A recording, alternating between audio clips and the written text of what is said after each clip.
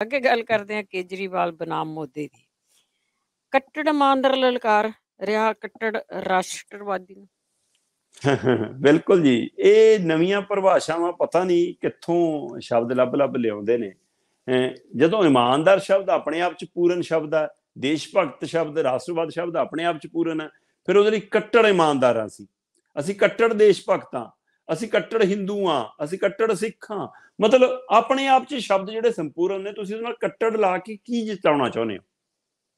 ਹੁਣ ਅਰਵਿੰਦ ਕੇਜਰੀਵਾਲ ਹੋਰਾਂ ਨੂੰ ਜਦੋਂ ਸੱਦਿਆ ਗਿਆ CBI ਵੱਲੋਂ ਤਾਂ ਬਕਾਇਦਾ ਉਹੀ ਤਾਮਝਾਮ ਗਾਂਧੀ ਦੀ ਸਮਾਧ ਤੇ ਜਾਣਾ, ਫਿਰ ਅੰਦਰ ਪੂਰੀ ਤਿਆਰੀ ਨਾਲ ਜਾਣਾ ਕਿ ਦੇਖੋ ਮੇਰੇ ਲਈ ਇਹ ਕਰਨਗੇ, ਤੇ ਅੰਦਰੋਂ ਜਦੋਂ ਆਏ ਤਾਂ ਹਾਂ, ਚਿਹਰੇ ਦੇ ਹਾਵ ਭਾਵ ਵੀ ਬਦਲੇ ਸੀ, ਥਕਾਵਟ ਵੀ ਸੀ, ਸ਼ਿਕਨ ਵੀ ਸੀ, ਫਿਕਰਮੰਦੀ ਵੀ ਸੀ, ਕਿਉਂਕਿ ਗ੍ਰਿਫਤਾਰੀ ਦੀ ਤਲਵਾਰ ਵੀ ਲਟਕ ਰਹੀ ਆ।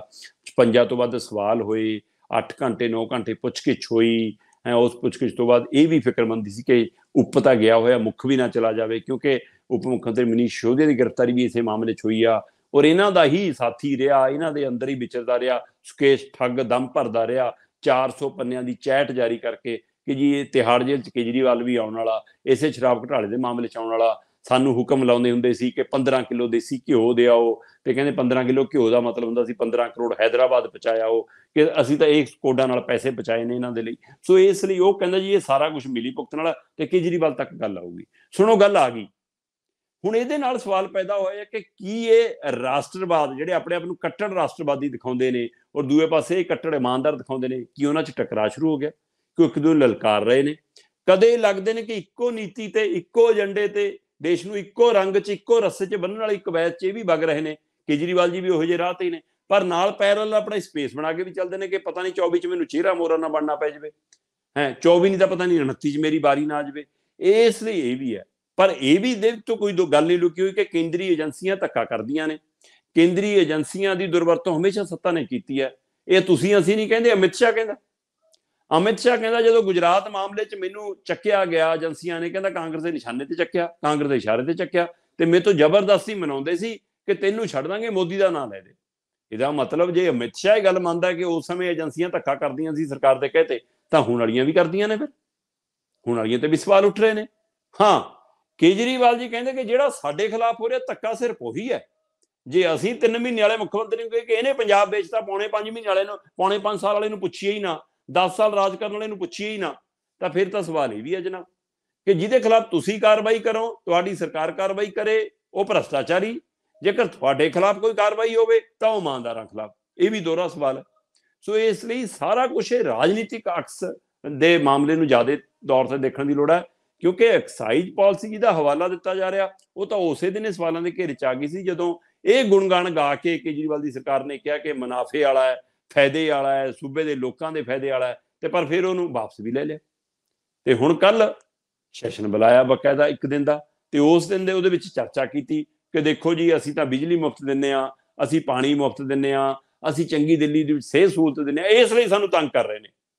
ਤੇ ਇਹ ਤੰਗ ਕਰਨ ਦਾ ਕਾਰਨ ਇਹ ਹੈ ਕਿ ਅਸੀਂ ਲੋਕਾਂ ਦੀ ਸੇਵਾ ਕਰਦੇ ਹਾਂ, ਸਹੂਲਤ ਦਿੰਦੇ ਹਾਂ, ਤਾਂ ਸਾਨੂੰ ਤੰਗ ਕਰ ਰਹੇ ਨੇ। ਕਿਉਂ ਬਈ?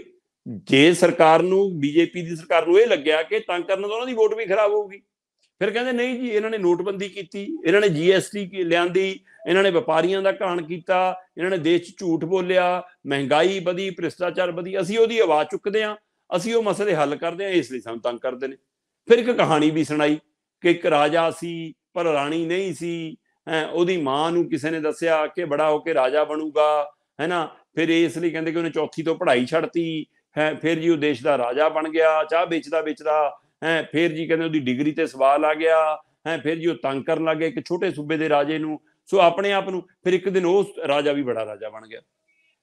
ਸੋ ਇਸ ਲਈ ਇਹ ਕਿਤੇ ਨਾ ਕਿਤੇ ਬੜਾ ਹੀ ਰਾਜਾ ਬਣਨ ਦੀ ਕਹਾਣੀ ਹੈ, ਔਰ ਬੜੇ ਰਾਜੇ ਨੂੰ ਲੱਗਦਾ ਕਿ ਛੋਟਾ ਰਾਜਾ ਮੇਰੀ ਥਾਂ ਨਾ ਲੈ ਲਵੇ। ਇਹ ਉਹ ਲੜਾਈ ਹੈ ਜਾਂ ਸੱਚਮੁੱਚ ਸ਼ਰਾਬ ਘੁਟਾਲੇ ਦੇ ਮਾਮਲੇ ਵਿੱਚ ਵੱਡਾ ਪਹਿਲੂ? ਕਿਉਂਕਿ ਪੰਜਾਬ ਸਰਕਾਰ ਨੇ ਉਹੀ ਐਕਸਾਈਜ਼ ਪਾਲਿਸੀ ਕਾਪੀ ਕਰਕੇ ਲਿਆਂਦੀ ਸੀ। 41% ਵਾਧੇ ਦੀ ਦਮ ਭਰਦੇ ਨੇ ਸਾਡੇ ਮੁੱਖ ਮੰਤਰੀ, ਤੇ ਪਰ ਉਹਦੇ ਬਾਵਜੂਦ ਵੀ ਉਹਦਾ ਖਰੜਾ, ਉਹਦਾ ਰੂਪ ਰੰਗ ਚੇਂਜ ਕਰ ਲਿਆ, ਉਹਦਾ ਸਰੂਪ ਚੇਂਜ ਕਰ ਲਿਆ। ਕਿਉਂ ਪਿੱਛੇ ਹਟਣਾ ਪਿਆ?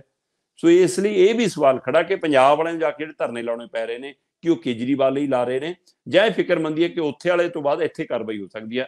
ਫਿਲਹਾਲ ਅਰਵਿੰਦ ਕੇਜਰੀਵਾਲ ਤੇ ਐਕਸਾਈਜ਼ ਪਾਲਿਸੀ ਦੇ ਮਾਮਲੇ ਦੇ ਵਿੱਚ ਜਿੱਥੇ ਗ੍ਰਿਫਤਾਰੀ ਦੀ ਤਲਵਾਰ ਲਟਕ ਰਹੀ ਆ, ਉੱਥੇ ਕੇਂਦਰ ਵੀ, ਸੂਬੇ ਵੀ ਇਸ ਗੱਲ ਦੇ ਵੀ ਨਿਸ਼ਾਨੇ ਤੇ ਨੇ ਕਿ ਭਾਈ ਤੁਸੀਂ ਵੀ ਆਪਣੇ ਆਪਣੇ ਜਿਹੜੀਆਂ ਏਜੰਸੀਆਂ ਨੇ ਉਹਨਾਂ ਦੀ ਦੁਰਵਰਤੋਂ ਕਰਦੇ ਹੋ, ਰਾਜਨੀਤਿਕ ਤੌਰ ਤੇ ਵਰਤੋਂ ਕਰਦੇ ਹੋ। ਇਸ ਮਾਮਲੇ 'ਚ ਰਾਜਨੀਤਿਕ ਵਰਤੋਂ ਦੀ ਵੀ ਮੁਸਕ ਆਉਂਦੀ ਆ, ਤੇ ਇਸ ਮਾਮਲੇ 'ਚ ਕਿਤੇ ਨਾ ਕਿਤੇ ਸਿਆਸੀ ਬੋ ਵੀ ਮਾਰਦੀ ਆ, ਤੇ ਇਸ ਮਾਮਲੇ 'ਚ ਕਿਤੇ ਨਾ ਕਿਤੇ ਸ਼ਰਾਬ ਦੀ ਮੁਸਕ ਵੀ ਖੜੀ ਆ ਕਿ ਉਹਦੇ ਵਿੱਚ ਵੀ ਕੋਈ ਸ਼ੀਸ਼ੀ ਭੰਨ ਹੋਈ ਆ, ਉਹਦੇ ਵਿੱਚ ਵੀ ਕੋਈ ਘਟਾਲਾ ਹੋਇਆ।